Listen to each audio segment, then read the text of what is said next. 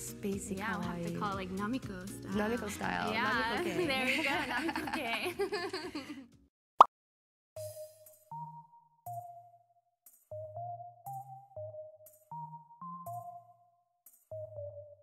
Hello ja tervetuloa uuden videon pariin!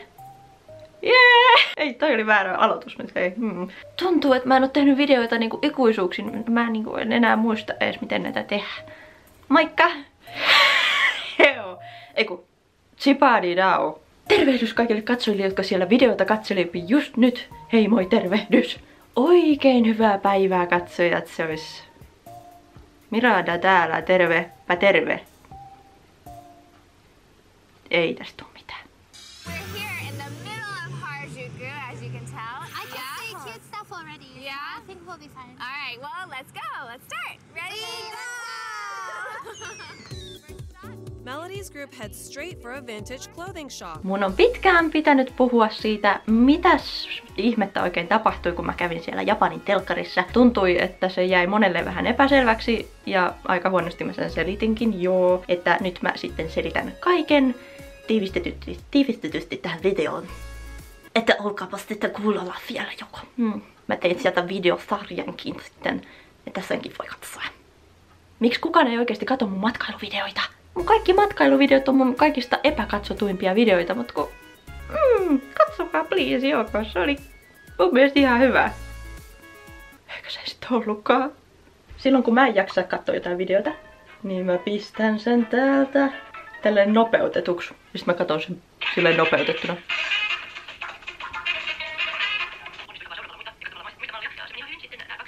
Syksyllä tosiaan mut kutsuttiin Japaniin TV-kuvauksiin, Japanin telkkariin, semmoiselle kansainväliselle kanavalle kuin NHK, ja ohjelman nimi oli Kawaii International. Ootas, milloin mä siellä oikein olin? Mä olin siellä 3.–8.10.2017. Ja miksi olin siellä niin?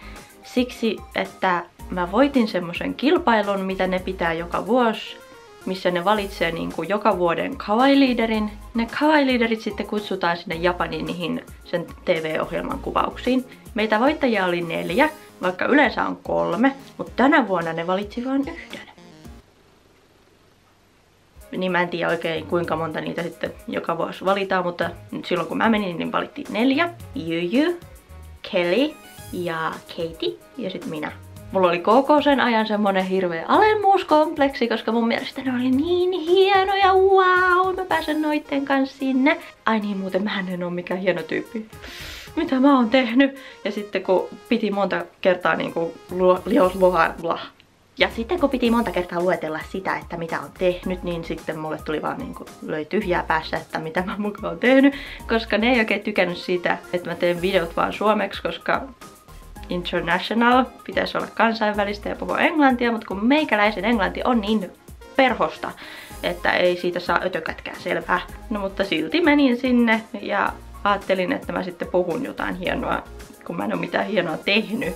Siis mä osaan englantia ihan silleen, että mä pystyn semmoista small talkia puhumaan. Mutta siellä, kun mä menin sinne, mua jännitti se niin paljon, kun mä menin yksin ekaa kertaa ulkomaille, niin kuin ihan ypönä. Mulla meni niin kuin englannin kieli päästä ihan se pois. Ja mä en osannut oikeasti englantia yhtään. Vaikka kyllä mä osasin paremmin kuin mitä mä siellä puhuin, mutta mua varmaan sitten jännitti niin paljon, että mä unohdin englannin, vaan sille ärsytti. Mä olin siellä myös muutenkin vähän stressaantunut, kun mulla oli justiinsa viime viikolla loppunut syksyn YO-kokeet ja mä olin niistä ihan hirveän stressaantunut. Niin sitten mä olin vähän niin kuin muutenkin vähän äksy, niin sitten kun se jännitti niin paljon, niin sitten se vähän vaikutti myös mun mielialaan. Niin mä olin siellä ehkä vähän outo. En ainakaan ollut ihan oma itteni, koska mä oon normaalisti tämmönen hauska, niin siellä mä olin vähän niinku ujo ja hiljainen. Tosiaan se NHK TV-talo olikin aika iso ja mä en tiennyt ennen kuin vasta kun mä menin sinne, että se oli niinku Japanin yksi isoimmista vai isoin ja suosituin kanava. Ja koska meillä Suomessa ei ole semmosia international niinku kanavia, mitkä menis ulkomaille, että meillä olisi semmonen kanava, että me näytettäisiin sitten sitä myös vaikka Ruotsiin ja Viroon tai Venäjälle tai en mä tiedä miten ne toimii, koska meillä ei ole semmoista. Niin siinä oli hauska, kun mun kaveri meni justiinsa sitten joulun aikaan, kun nämä jaksot julkaistiin, niin Thaimaaseen. Ja avasi telkkarin, niin sieltä tuli justiinsa tää jakso ja mun naama oli siellä telkkarissa, kun se meni Thaimaaseen. Sitten se laittoi mulle snapin, että ei meistä pääse eroon, vaikka Thaimaaseen lähtis. Joten se oli mulle vähän silleen, wow, ai tää oli näin iso juttu. Mä en niinku heti häntlännyt sitä. Okei, no niin sitten puhutaanpas sitten siitä kilpailusta. Siinä oli siis semmonen asukilpailu, missä piti pukeutua niinku tähän japanilaisen kawaii-kulttuurin mukaisesti. Se teema oli muistaakseni Harajuku Wonderland tänä niinku viime vuonna. Se kilpailu on niinku hämäävästi 2016, mutta sitten se voittaja julkaistiin 2017, joten mä puhun nyt 2017 voittajista, okei? Mä tosiaan panostin sitten hirveästi siihen mun asuun ja siihen mun hakemukseen, ja mä voitin sitten loppujen lopuksi yleisöäänestyksen, eli ihan teidän ansiosta. Kiitos tosi paljon siitä. Näitä kisoja siis on joka vuosi ja mä olin ensimmäinen suomalainen, joten mä menin sinne vähän silleen Suomi, torilla tavataan. Mun mielestä nämä toiset voittajat oli niin paljon mua parempia, niin mä ihmettelin, että ne ei varmaan halua mua sinne, kun mä voitin niinku yleisöäänestyksen, niin sit ne on silleen, toinen on pakko ottaa tänne. Mutta oikeestihan mä oon aina sellainen, että jos mä menen jonnekin, mä sanon, mitä jos ne ei tykkää musta? Parasta siinä matkassa oikeesti oli tutustua näihin muihin, koska ne oli oikeesti ihania.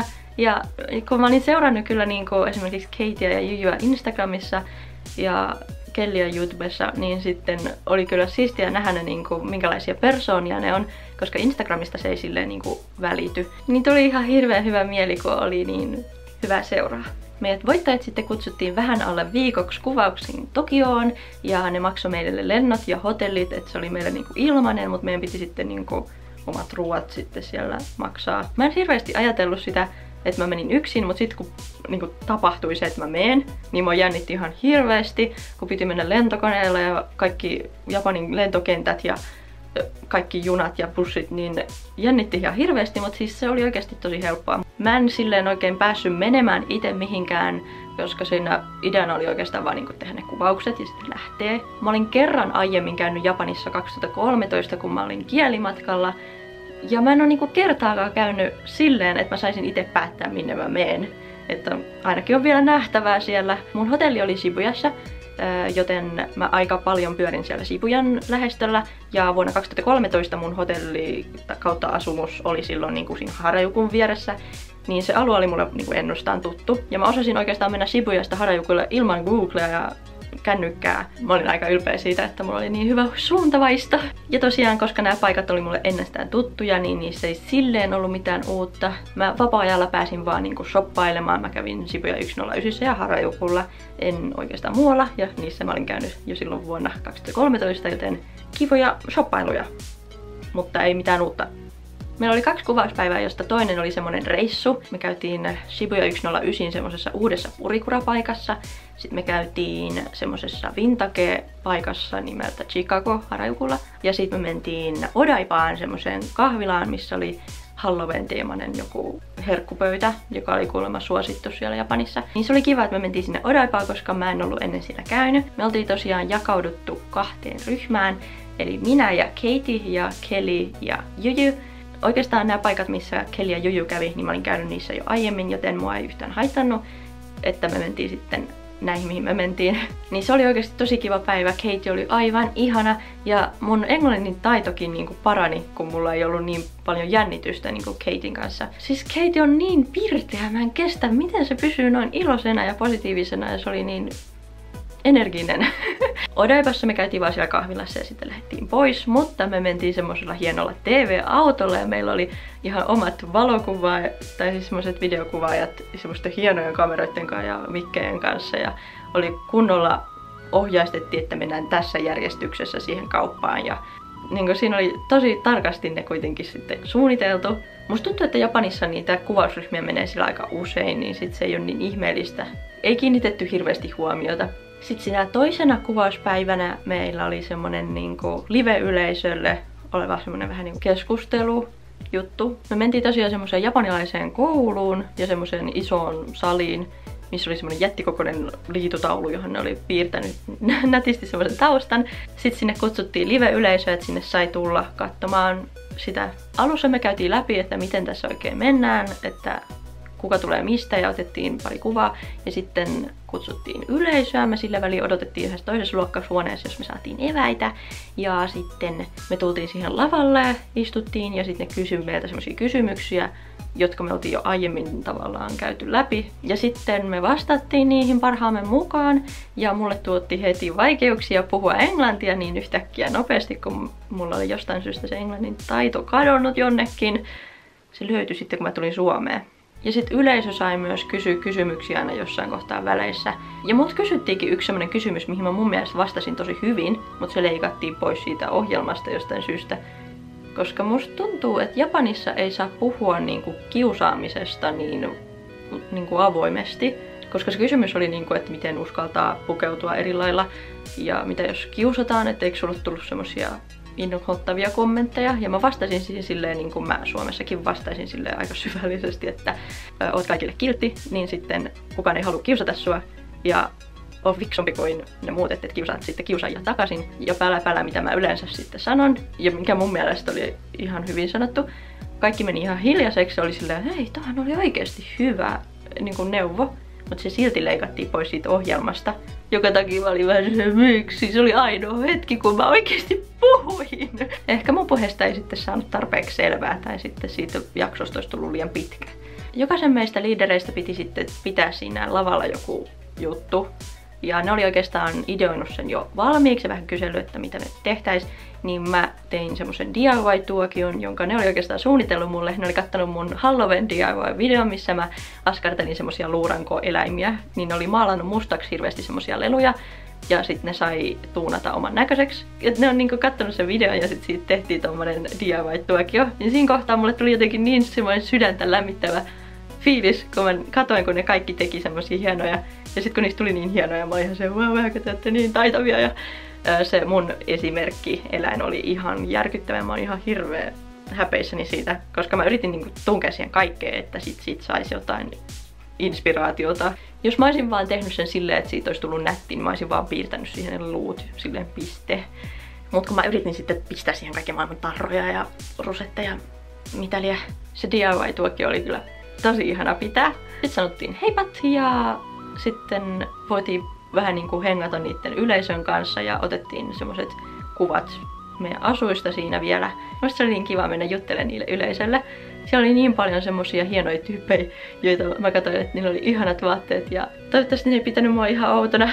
Nämä molemmat kuvauspäivät oli meille annettu semmoset kunnon vihkot, missä oli kaikki replat ja kysymykset, mitkä me saatiin kyllä niinku lukea etukäteen ja valmistautua niihin, että mitä me vastataan.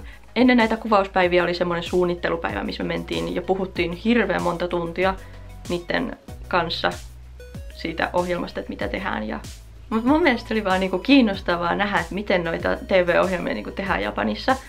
Ja sitten ne kovasti yritti painottaa sitä, että tää on niinku tosi monin japanilaisen unelma päästä tälle TV-kanavalle, että tää on joku tosi hieno TV-kanava ja että teistä tulee niin kuuluisia täällä Japanissa tämän jälkeen.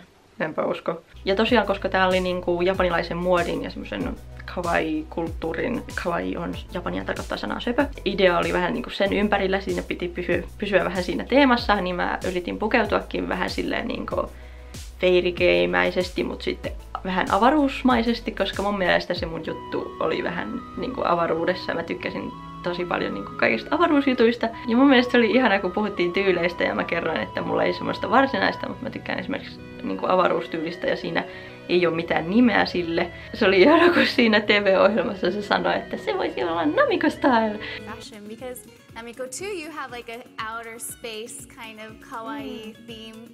Here is no name to space fashion, but a lot of people like it. I have seen many people use it, but it have no name.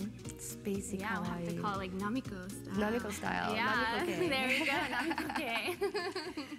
Se oli mun mielestä niin suloista, mutta ei Namiko style ole kyllä kovin hyvä nimi. Olisi kyllä tosi siistiä niin tehdä tommonen ihan kokonaan uusi tyyli, mutta siis jos se on joku japanilainen katumuoti, niin sen pitäisi varmaan syntyä Japanissa, että se olisi japanilainen. Mulle tuli mieleen siitä niinku semmosia japanilaisia tyyli-ikoneita, semmosia katumuotiharrastajia, jotka on oikeasti niinku tehnyt oman tyylin ja sitten ihmiset on oikeasti seurannut sitä, niin mun mielestä se on niinku tosi siistiä. Niin tästä tuli mieleen vähän se, niin mä olin ihan se hihi. Japanissa kuitenkin on moni asia vähän eri lailla kuin Suomessa ja mulle tuli niinku vähän pieni kulttuurishokki siinä myös, koska siellä tosiaan ei olla niin avoimia, kun täällä Suomessa mun mielestä arvostetaan hirveästi sitä, että on tosi rehellinen ja niinku asiallinen ja sanoo niinku tosi avoimesti kaikesta. Me tykätään siitä Suomessa.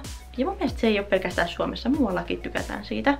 Niin Japanissa sitten se on aika jotenkin rajattua, mitkä on niinku semmosia asioita, mistä voi puhua. Kaikki oli vähän semmoista pintapuolista ja piti sitten oikein esittää semmoista innostunutta ja hauskaa. Mut sitten oli yksi juttu, mikä mua vähän niinku ärsytti ihan. Niin meille jaettiin vähän niinku tommoset omat anime-hahmoroolit, että sinä olet se YouTubettaja ja sinä olet se Instagram-famous ja sinä olet se, joka on tehnyt hienon yhteisön ja sinä olet vaikka se, joka tekee hienoja DIY-juttuja. Kelillä on niin hieno YouTube-kanava, että ne keskittyi sitten YouTubeen Kelin kohdalla. Katie oli tehnyt semmoisen hienon yhteisön, niin ne keskittyi siihen. Juju on Instagramissa niin hieno, niin ne keskittyi Instagramiin. Ja mun kohdalla niille tuli vähän vaikeuksia, koska mä teen myös Instagramia, mulla on myös yhteisö ja mulla on myös YouTube-kanava. Mutta mulla ei ollut niinku mitään uutta, koska ne oli jo niinku pois käytöstä, ne on käsitelty jo. Niin sitten ne pisti mut niinku DIY-ihmiseksi. Ja mä en ihan hirveästi koe, että mä olisin mikään DIY-ihminen, koska mä kuitenkin loppujen lopuksi askartelen ihan super vähän. Mut silloin kun mä askartelen, niin mä oon tosi innoissani kyllä joo. Mut se vähän tuntui siltä, että olisi niinku valehellut kuka mä oon, koska mä yleensä on tosi avoin. Niin musta se oli niin hassua kertoa tolleen vähän niinku vale. Siitä tuli vähän semmonen vääryyden tunne, mutta sitten maassa maan tavoin, joten Japanissa sitten ollaan noin. Enkä ja minä sille mitään voi. Oli mun mielestä tosi kiinnostavaa kuitenkin päästä sit katsoa, miten noita japanilaisia TV-ohjelmia tehdään. Ne on ihan super erilaisia kuin täällä Suomessa. Ja kun mä kattelin telkkaria, niin oikeastaan mä en saanut mistään ohjelmasta mitään selvää. Ja se on mun mielestä tosi hassua, että tähän niinku kulmaan tulee semmosia pieniä päitä, missä on niinku joku tyyppi katsomassa sitä ohjelmaa sun kanssa. Vaikka oli monta asiaa, mistä mä en ollut ihan samaa mieltä niiden kanssa, niin silti oli kiva niin kuin nähdä erilaista kulttuuria. Ja sitten kun oli niin paljon niiden japanilaisten kanssa, jotka pitää niitä niin itsestäänselvyytenä, vaikka ne kuvaukset oli silloin syksyllä, niin ne jaksot sitten julkaistiin vasta jouluna. Ja mun ne matkavideotkin tuli vasta joulukuussa, koska mä en saanut julkaista niitä ennen niitä jaksoja, koska niissä olisi tietenkin ollut jotain spoilereita siitä itse jaksosta ja ne halusi, että ihmiset katsoo sen jakson. Niin mä päätin, että mä ootan, että se jakso julkaistaan ja sit vasta julkaisen ne mun Japani-matkavideot, että mun ei tarvitse sensuroida siitä pois niinku semmosia, mitkä liittyy siihen jaksoon jotenkin. Mä halusin niinku tehdä siitä sarjasta semmosen, minkälainen se mun matka siellä oikeesti oli. Sitten jännitystä lisäsi se, että just siihen aikaan Pohjois-Korea oli niinku laukassut sen ydinpommikokeen Japanin yli. Niinku just ennen sitä matkaa. Sitten mä menin Japanin matkalle. Ja sitten sen jälkeen tuli uusi ydinpommi, mikä meni siihen Japanin mereen. Vai oliko se silleen, että ne oli molemmat jo tehty ja mä menin vasta niiden jälkeen sinne. Ja sitten kun noiden japanilaisten ambulanssit kuulostaa aivan sille meidän ilmaisku-sireenille, mikä menee silleen. Ja niiden ambulanssit kuulosti siltä, niin mulle tuli koko ajan semmonen, nyt tulee sota ja mä oon täällä. Tosiaan joulukuussa tuli sitten ne TV-jaksot ulos ja katsoin ne tietenkin sitten. Niistä tuli nyt mitä tuli. Mutta mun mielestä se oli tosi hienoa päästä niin Japanin telkkariin. Aika makea, siisti juttu. Ja aina kun mä kerron siitä jollekin, niin ne on ihan se wow. Ja siis tää oli tosi iso juttu, vaikka mä sitä niinku heti edes tajunnut, että kuinka iso juttu se oli. Mutta toivottavasti tää nyt selkeytti vähän tätä mun Japani TV-hommeli-reissua. Ja tää oli tosiaan iso juttu mulle, että mä arvostaisin ihan hirveästi, jos te kävisitte katsomassa sitä mun Japani matka-vlogisarjaa sieltä. Siinä on 4 osaa plus sitten ostosten esittely. Nämä jaksot tosiaan oli kuukauden nähtävillä siellä niiden sivuilla. Mä linkkaan Kawaii Internationalin sivut tuohon alaboksiin, mutta niitä ei enää ole niiden siellä sivuilla, mutta joku latasi ne YouTubeen, joten mä laitan linkin niihin tuohon alas. Ja ne löytyy myös siitä mun soittolistalta nimeltä Näetkö minut tai Can you see me? Jos oot uusi tällä kanavalla, niin käy ihmeessä tilaamassa tuolta alhaalta. Mutta me nähdään seuraavassa videossa ja silleen, joten hei hei kultamussukat!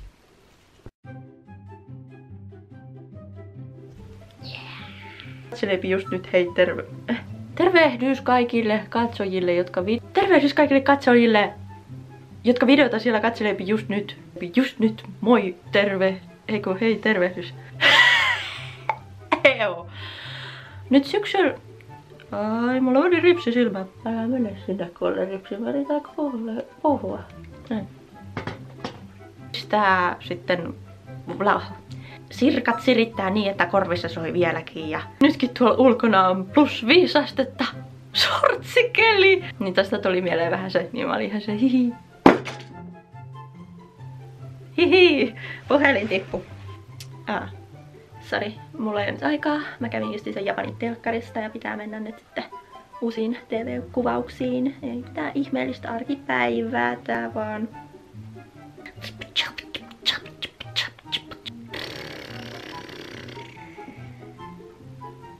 Mitäs mun piti sanoa? Niin. Ostin uudet aurinkolasit. Ja mä olin aika katkera, että mä en päässyt Ronipäkin videolle, mikä tapahtui 2017 Suomitubessa. Oli se mun mielestä aika hieno juttu, että se olisi voinut mainita. No niin, nyt loppupelleily, Miranda. Bye bye.